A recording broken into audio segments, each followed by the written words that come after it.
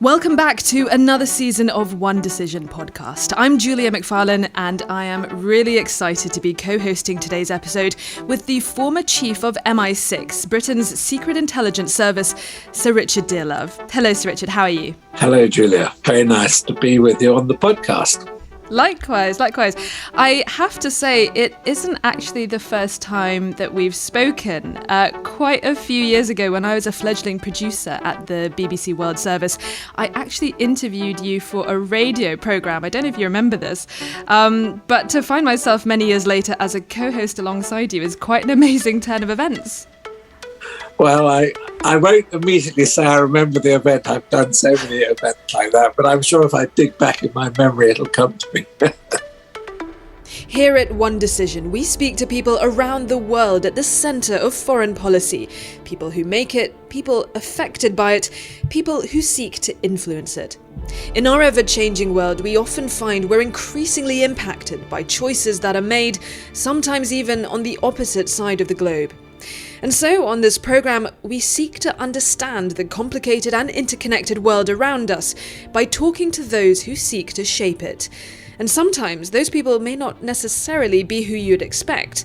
You might not think that, for example, a professional sports star is worth hearing on international politics, but you would be wrong on that score. Just because of you want another contract, or you want more endorsement deals, or you want not just from the Nike, you have to stay silent when it comes to China. This is bigger than basketball. This is bigger than NBA. When people tell me that, listen, man, focus on basketball, stop doing politics, I never do politics. There's a difference between politics and human rights. Enes Kanter is not your average 29-year-old. An emigre originally from Turkey, he was drafted as a teenager by the NBA. He played for the Knicks and is now a Boston Celtics player. He became a naturalized US citizen last December and changed his name as part of the process to Freedom.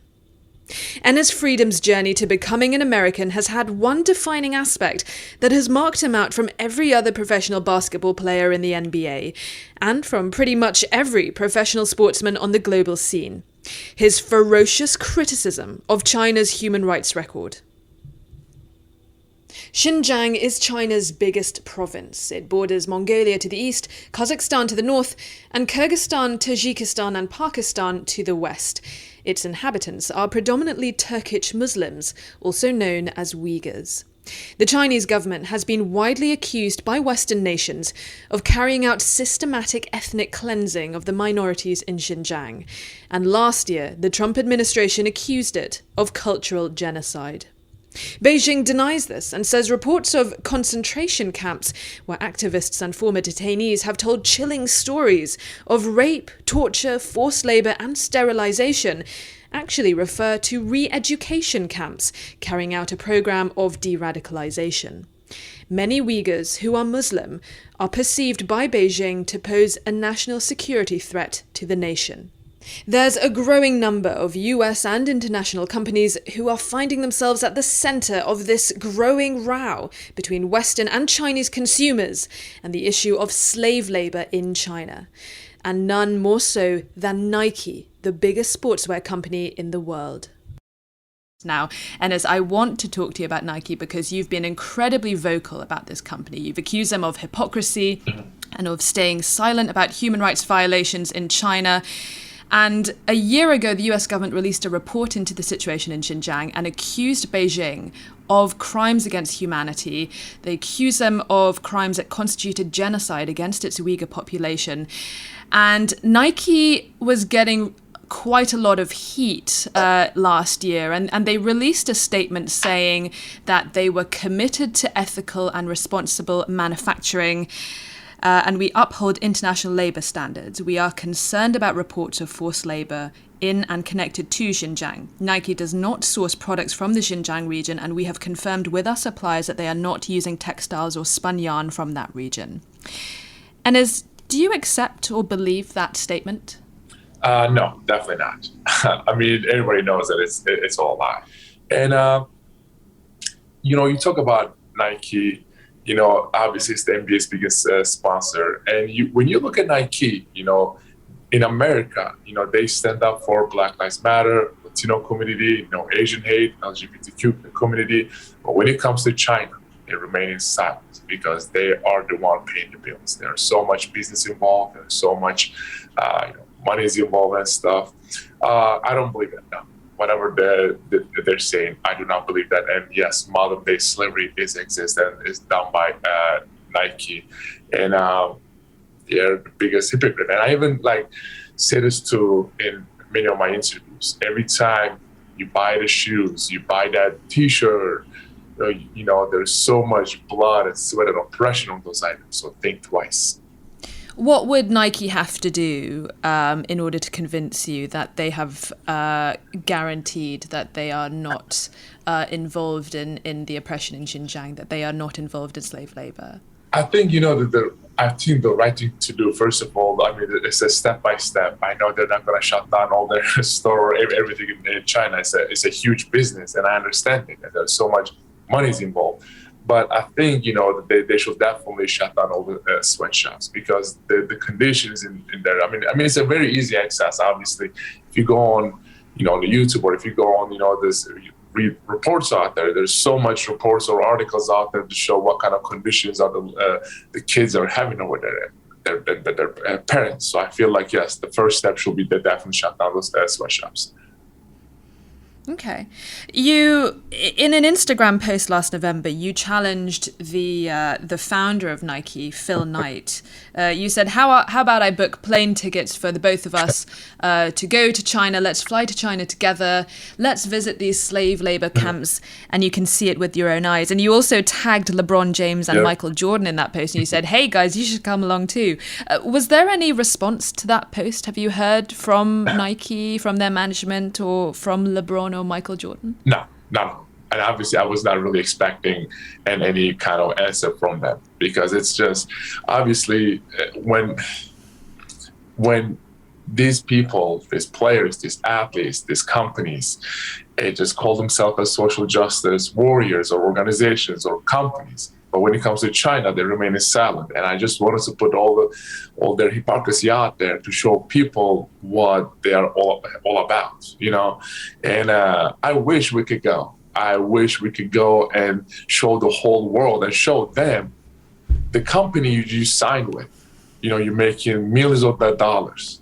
What kind of, act that they're in, So I wish that there is a such thing, but I don't think I wasn't thinking. I didn't think they were going to answer it anyway. So, would you go to China if the Chinese government extended an invitation to you? I mean, if I could stay, if they promised me that I'll be safe, for sure, yes, I would love to go there and show the whole world that what kind of what people are going through in concentration camps, sweatshops, what Tibetans are going through, what Hong Kongers are going through. Of course, yes, I would love to. Okay. What about teammates of LeBron or Michael Jordan? I mean, you've had quite public beef with LeBron James, given his association with Nike. You've said, I think you said on Fox News, you said that apparently a teammate of LeBron told you to keep speaking up. He said, keep doing what you're doing, don't stop. I remember when the Lakers came to Boston to play against us. I was in a free throw line with one of their players. I don't think I should give his name because obviously he still plays for them and he is my friend. And the thing that he told me just blew my mind. He said, listen, he said he has so much things to say, but just because of these teams got us, just because of you want another contract or you want more endorsement deals or you want not just from the Nike or for any other companies, you have to stay silent when it comes to China, because obviously China uses money to buy silence. And I think if you're staying silent, you're part of the problem. But this player told me that just keep speaking the truth. I am with you. I cannot say it out loud, but we are with you. Trust me. And that gave me so much hope, actually. Did he say that anyone had told him to be quiet, or did he Did he give you any indication that there were lots of other players who felt the same way? We actually had a conversation while we are on the court, so we didn't have like a long conversation. But the thing he told me is that these teams got us. Means obviously, if you say anything that the PIS, NBA, or this team, then your next contract will be very questionable. So that's what he tried to say. But I was just like, I mean, I just didn't want to say that, like, listen, man, this is bigger than your next contract. This is bigger than, all the endorsement deals you're going to get, because there are so many lives that are involved. So I was like, but I just couldn't say it. Has anyone told you or hinted to you that you should maybe dial it down a bit, or maybe you should be careful what you say, or has anyone said, look, this is going to negatively impact your career? I remember first game, it was back in end of November. Our first regular season game was against New York Knicks at Madison Square Garden. I remember I went out there with my free Tibet shoes, right? And before the game, there was two gentlemen from the NBA, which NBA said it is not true, but I just don't want to give their name because they're my friends, and the second I give their name, they will get fired. Anyway, and many of my teammates knows that actually. Two gentlemen from the NBA came to me and said, we are begging you, please take those shoes off. And I asked them straight, I was like, listen, is there any kind of rule that I cannot wear those shoes? He said, no. But then I told them, I was like, I don't care if I get fined, I'm not taking my shoes off. And they said, listen, we are not talking about a fine, we're talking about getting banned. So I was like, it was a really good moment for me, because I was just getting ready for my citizenship test, and I was working on the amendments, right? 27 amendments on my first amendment, freedom of speech. I told them, like, listen, you cannot take my First Amendment from me. Go tell your boss I'm not taking my shoes off. I don't care if I get banned or if I get, a fine. And they left. They actually came to me and said sorry and apologized at a halftime. And I looked at my phone in a halftime, actually. There was my manager texted me and said, all Celtics games are banned in China. I was like, wow. It literally took them 24 minutes, first quarter, second quarter, 24 minutes to ban every Celtics game in China. And I was like, that shows one more time there's dictatorship in China. How have your teammates reacted to your activism? I mean, have any athletes, you must have a ton of friends in basketball and in the NBA. Has anyone treated you a little differently? Have people changed in the way they speak to you? Has anyone sort of given you the cold shoulder or is avoiding you a bit more? I think, my teammates are my biggest motivation, and they just want to understand, like, what's going on, Obviously, when I talk about the problems that are happening in Xinjiang to Uyghur people, or Hong Kong, or Taiwan, or, just Tibetan people, they want to know what's going on. And once I tell them there's a genocide happening in Xinjiang, there's a cultural genocide happening towards, Tibetan people, what Taiwan is going through, what Hong Kong is going through. And they're like, we will pray for you. And I think, one thing they want me to understand is, there are problems that are happening in China and Turkey, and not just but all over the world. And you just become an American citizen, there are problems that are happening in America too. So teach yourself about the things that are happening in America. That's the only thing they want me to understand and learn. Is that their way of saying that you should spend more time worrying about problems that America has domestically rather than issues that are outside US borders? No, they just want me to know that, there are problems that are happening, not just outside of, not just in or overseas, but there are problems that are happening in America too. So we just, right. But you say they offered you their prayers. Is that enough? I mean, is it a bit disheartening that that after you told them about what's happening in Xinjiang, that you explained the situation, that it's genocide. I mean, there are lots of problems. There's racial injustices, inequality. There's a lot of things that are happening in our own countries in the West. But this is the United States government saying that there is genocide in China. How does it make you feel that more of your teammates aren't joining you in solidarity, that they aren't speaking out? I mean, once I started this road, I knew it was going to be a very long road. And I knew that not many people, not just my teammates, but the league, the front office, or whoever, they are going to say that we support you. But obviously, they cannot say it out loud, And I think that's the one thing that really kind of broke my heart when NBA 2 years ago, when Black Lives Matter were happening, when we were in NBA bubble, I was very happy that I was like, NBA is finally standing up for something bigger than basketball, right? And Adam Silver, the commissioner, was the one going around and saying we are encouraging our players to go out there and say whatever they want to say, however they feel like saying, And I was like, okay, you are the one that gave me this confidence, give me that, encouraged me to talk about it. Now I'm talking about problems that are happening over there in China. You are not saying that you're against me, but do you support me really? Have you ever spoken to Adam Silver directly? I did. Yes, I had a conversation with him almost 30 minutes. And because I remember first time this were happening.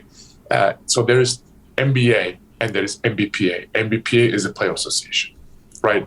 So first time that I wore those shoes, MBPA, the player association, were calling me and calling my manager every day.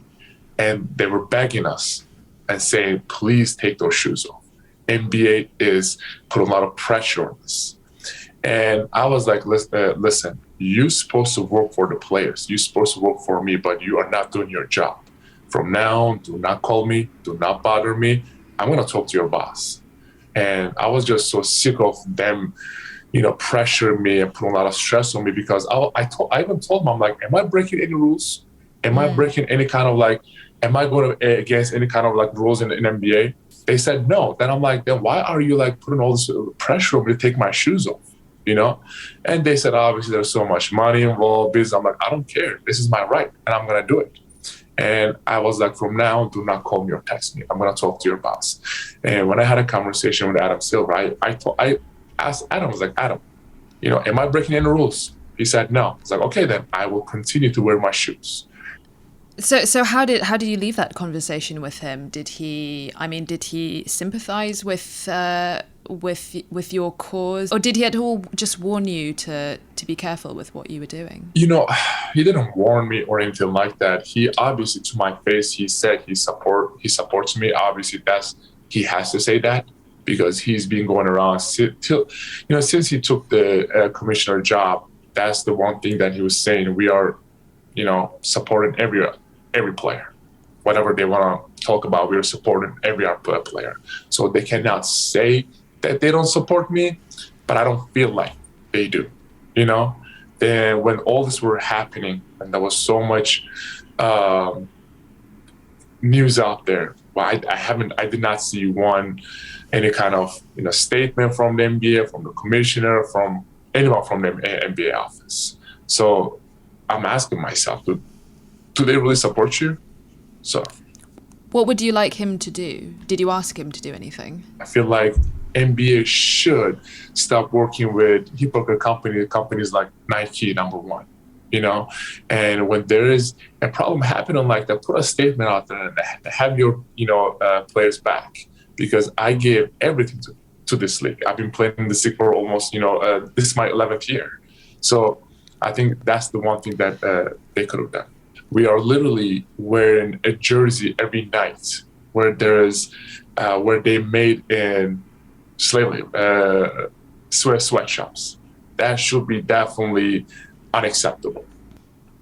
But what do you think the NBA should do? Do you think Do you think they should boycott China, or do you think they should put certain demands on China, or do you think the NBA should sever ties with companies like Nike, who, in your opinion, have not yet proven that they have nothing to do with the slave trade?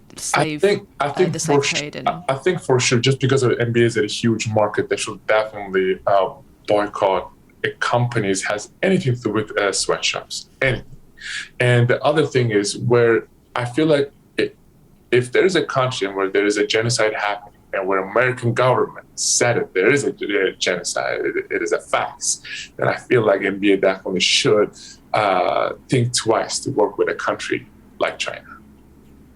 So, what do you mean by think twice, though? Do you think they should cease operations? Would you go as far as saying that? I don't want to say separation, because obviously there are billions of dollars involved. But if you look at what NBA is doing with other countries, obviously there are other markets around the world, that I understand not as big as China, but they could be focusing on some other things than just working with China.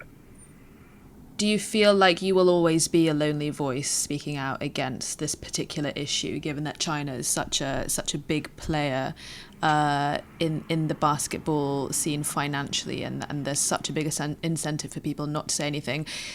Do you think any players will join you and more will start speaking out? No. That's that easy and that simple. I don't think so. I think they saw the pressure that I got from the league, from the player association, from media, everything. And when China just banned every Celtics game over there, and I don't see any player in our time right now will just go out there and say anything about the Communist Party. So because the consequences will be huge for them,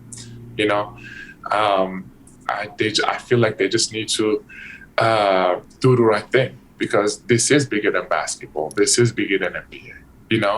I'm like, people keep asking me like, dude, like, you're crazy. There's so much money involved. You're gonna lose all your deals and this and that. But I'm like, listen, man. If your mom, if your sister, if your daughter was in that concentration camp and getting tortured and raped every day, would you still think about your next contract? Would you still think about your endorsement deals? So I don't really see any player right now speaking up. And how about your situation, your contracts, your endorsement deals? What's the situation with your sponsors? Has all your campaigning impacted you at all on that side of things? I've never signed with any kind of deals with Nike since I played in NBA or any other country, any other companies, But there are many people around the league now telling me that, listen, dude, if you don't stop speaking out against China, you might not be in the league next year. They're just telling me that, but I'm like, listen, man, this is bigger than basketball. This is bigger than NBA. I have to do this for innocent people over there, because someone had to do it. You see, we keep talking about athletes, but not just athletes. You see actors, singers, rappers, John Cena or whoever. I don't want to give any lot of names, but they're just speechless. They can't say anything. Who can? I know you don't want to name names, but you say people have said, that you're not going to be in the league next year. Is that a voice coming from your team, or coming from your management, or the players that I play with before? Right. And what about your team? What have the Celtics management? Celtics has been, to my face, Celtics has been told me that they are supportive. They support me, and whenever I talk about an issue, like whenever I was talking about the Tibet, right? They were telling me, yes, Tibet should be free. Or whenever I talk about Uyghurs, and they came and told me that, yes, there's a genocide happening, right? So to my face, they are supportive, but obviously I don't really expect them to put any kind of like a statement out there. So you don't get sort of emails every time you pop up on the media talking about China and Not anymore. Beijing? You don't get... Not anymore. Not anymore, but you did? Oh, listen, I talk about Turkey for 10 years. I did not get one phone call. I talk about China one day. My phone was ringing once every 2 hours. People from MBPA, BA, people from, my agents, management team, they would just keep calling me. And I was like, listen. And saying what? Telling you to stop? MBPA, yes. And the Player Association. I think that was like the one that really like made me sad because they're supposed to work for the players. And whenever I answered them, they're like, listen, the decision coming from NBA telling us and pressuring us to tell you to stop. And are they still telling you to stop, or have they stopped that? Not anymore, because when I talked to Adam, I was like, Adam, I don't want to talk to anybody but you from now. And I told my manager to tell the Player Association, do not call me, text me, do not contact me ever again, because you guys are not doing your job. I want to talk about the US has a really proud history of athletes standing up for human rights. There was Muhammad Ali very famously refusing to serve in the Vietnam War. There was Tommy Smith and John Carlos raising the fist and protesting against African-American poverty in the 1968 Olympics. And then, of course, Colin Kaepernick taking a knee in 2016 against police brutality. And so do you think athletes have a responsibility to take a stand on issues? What do you say to the people who say that athletes, you guys should all just stick to sports? First of all, of course, the reason, athletes should speak out more about any kind of issues out there, because, like I said, again, there are so many kids out there, right? Now, because of the social media, this and that, they're idolizing you. They're following everything you're doing on a daily basis. So I feel like, yes, we need to talk about all the stuff happening around the world, not just in America, but around the world. And the other thing is, when people tell me that, listen, man, focus on basketball, stop doing politics. I never do politics. There's a difference between politics and human rights. I never go out there and say, hey, everyone, we should vote for Republicans. We should vote for Democrats. We should pick this president, that. No, I never talk about any of this stuff. Whenever I go out there, you can read all my op-eds, interviews, everything. I always talk about human rights. I always talk about to be the voice of innocent people, not just in Turkey or China, but all around. So I think it is important for athletes to use their platform. When it comes to China, are athletes pawns in all of this? Is America playing a kind of game where, they have athletes and people such as yourselves can play the freedom-loving American and get all the attention in the media, but the bottom dollar line is that American business and governments continue to engage with authoritarian regimes like in Beijing? Mm-hmm. That's very unfortunate. I feel like it all starts with, I don't want to go too deep, but it all starts with, Wall Street. It all starts with, the Congress, local Congress, and Hollywood, and I can go on and on. But I feel like, when you see America, it is, when I was growing up, I see always America that represents democracy and freedom and human rights. But unfortunately, I feel like when it comes to authoritarian regimes, sometimes they're staying remaining silent, like Turkey, right? I remember this, actually, not many people knows about this, but I was actually having a lunch in a Senate with one of the really, really big senator, and he was a Democrat too. And I asked him, I was like, listen, do you think President Biden knows my story? And the senator said, absolutely. And I asked him, then I have been trying to, have a conversation with him since the day he took the office. Why is he not accepting our invitation? And he's like, listen, I understand he knows all the human rights violations and political prisoners in Turkey, but Turkey is still a NATO ally. And obviously America doesn't want to go to war with Turkey, and him meeting with the president, meeting with you is pretty much a screw you to President Erdogan. So that's why he is pretty much scared to have a conversation with you. So I was shocked. I was like, so you're telling me the most, I guess, powerful person in the world and most powerful house in the world are scared to meet with a 29-year-old NBA player? And he's like, unfortunately.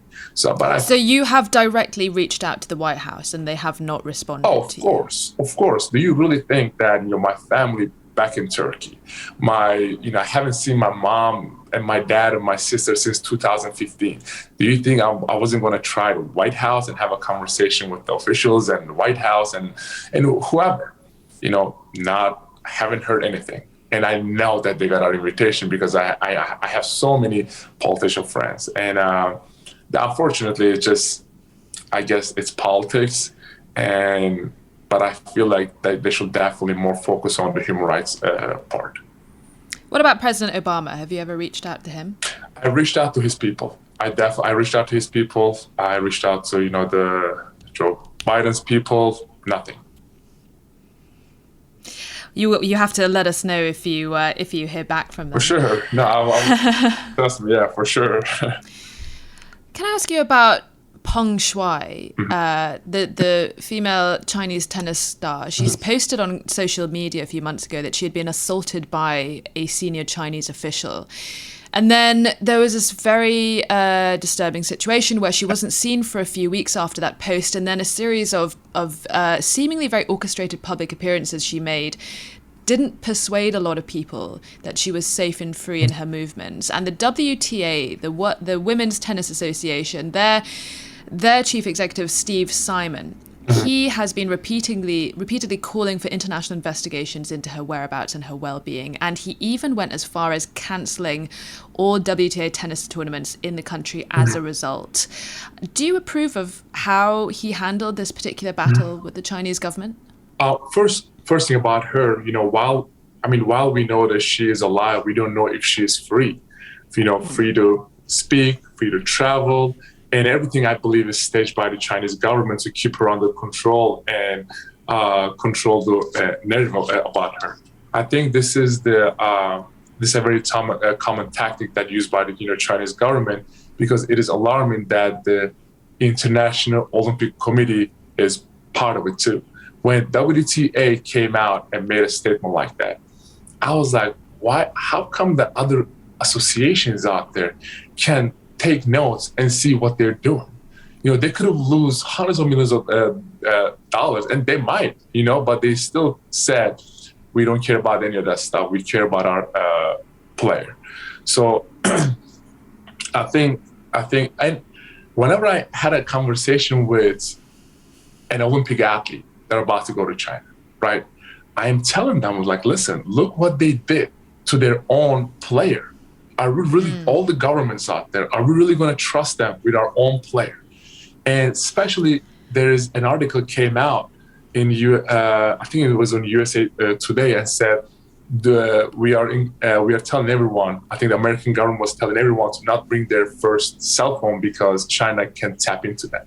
So I'm like, right. That was I think Team USA. They shared guidance for their athletes. Do not take your personal cell phones or laptops to the Beijing Olympics because of the concerns they have about cyber surveillance. I mean, what do you think about the fact that the US is still sending its athletes to Beijing for the Olympics? It's a shame. I understand diplomatic boycott. It is good, but it is not enough. Because like the Communist Party does not represent the Olympic core of values of excellence, I even said this before, of respect, of friendship, and they are a brutal dictatorship, and they engage in censorship, and they threaten human rights. They don't respect human rights. They threaten freedoms, and the preservation of human dignities is on the Olympic Charter. While we are talking right now, there's a genocide happening. I mean, I understand. I seen that.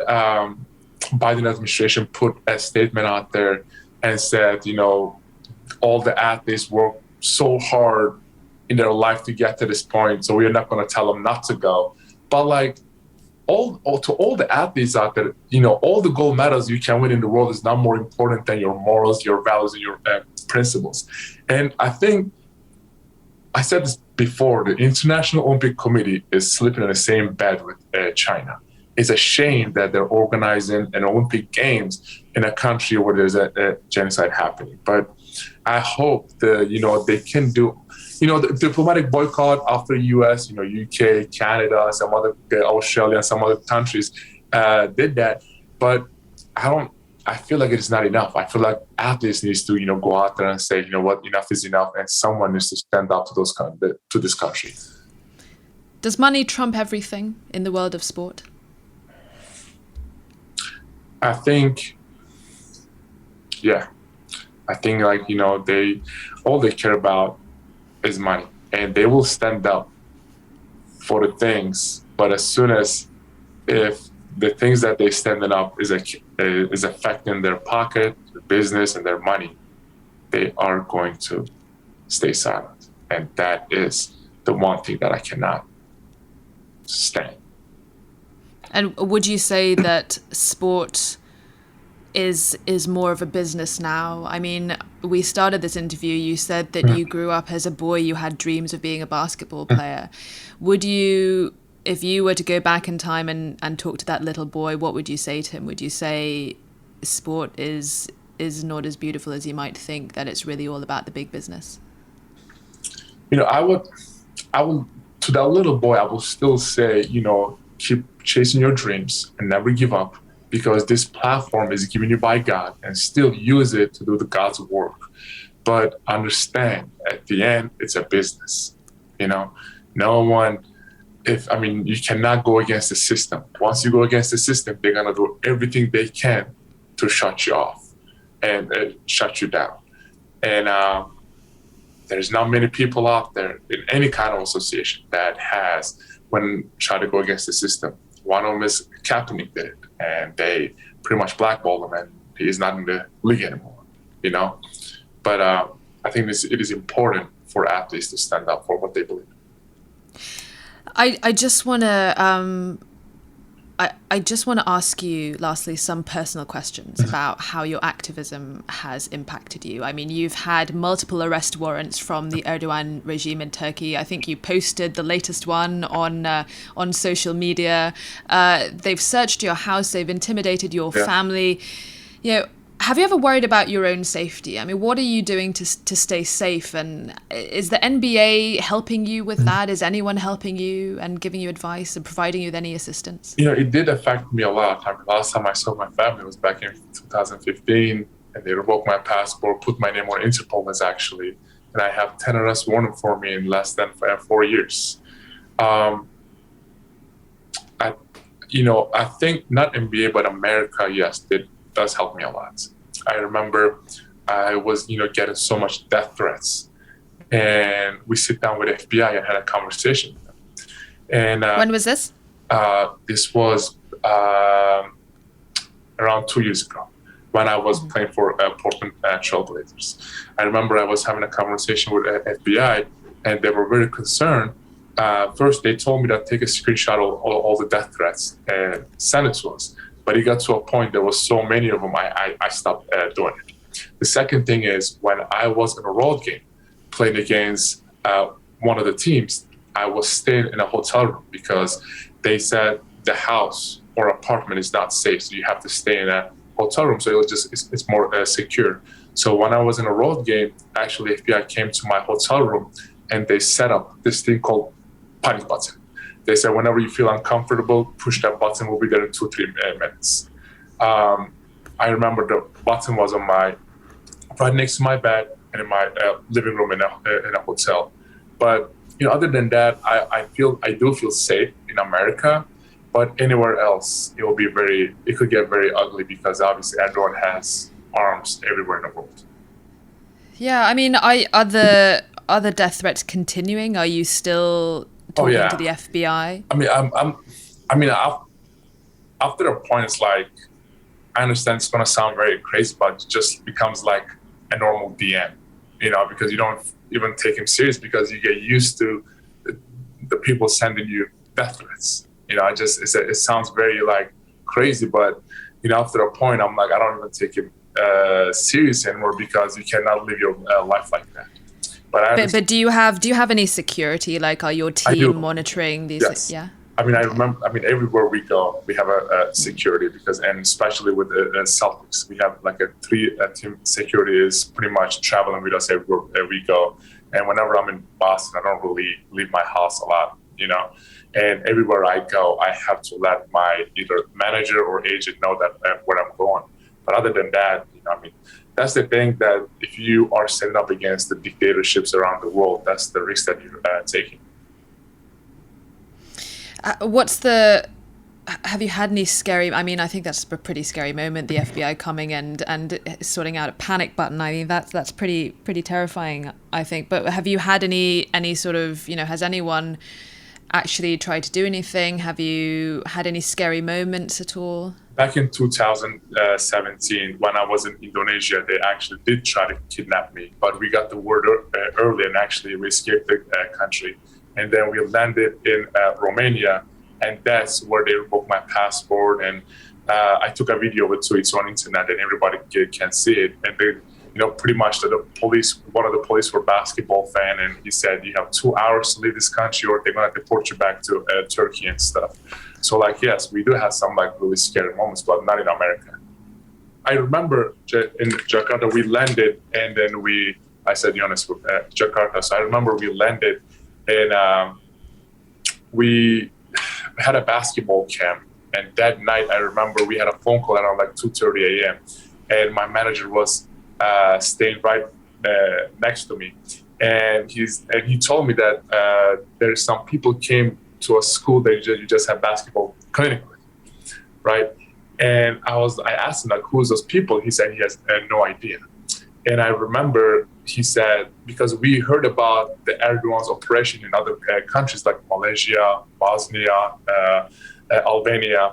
And he said this could be dangerous, and we just need to leave the country. And I remember, we left the country around 5:30 a.m. to Singapore. When we landed in Singapore, we called our local guy and asked him, who is those people? And he said, you guys are very lucky to left because those were police. And I think he said intelligence service or something. I'm not sure who he said, to take you guys away. And because this happened actually 100 times around the world, where Erdogan worked with the countries, like I said, and kidnap people and send them back to Turkey, and they become a political prisoner. So we got the word early, we get out of the country, and that just shows one more time what kind of person he is. God, that's terrifying. So I take it you'll never go back to Indonesia in that case? No, it was a beautiful country. It was a beautiful country. Don't get me wrong. I love the people over there. They were so warm and nice people. The food was amazing, actually. But we only stayed there for 1 day. There's actually some Turkish schools over there. So I went there to just visit them and do a basketball clinic with them. But I actually have all the videos when we were about to leave, and we were escaping, when we were at the airport. It's crazy. And you back then you weren't a US citizen, but you are now. Do you feel any more protected? No. In a way, yeah. I have an American passport. I'm a US citizen, and now obviously just because of the platform I have, that is the reason that the Turkish government are scared to touch my dad or my mom and put them in jail, because my dad was in jail for a while, but we put so much pressure, and every time my dad goes to a court or they put him in jail, it becomes an international news. So they are scared to touch him. I do feel a little comfortable, but my name is still on Interpol, so we have to solve that problem.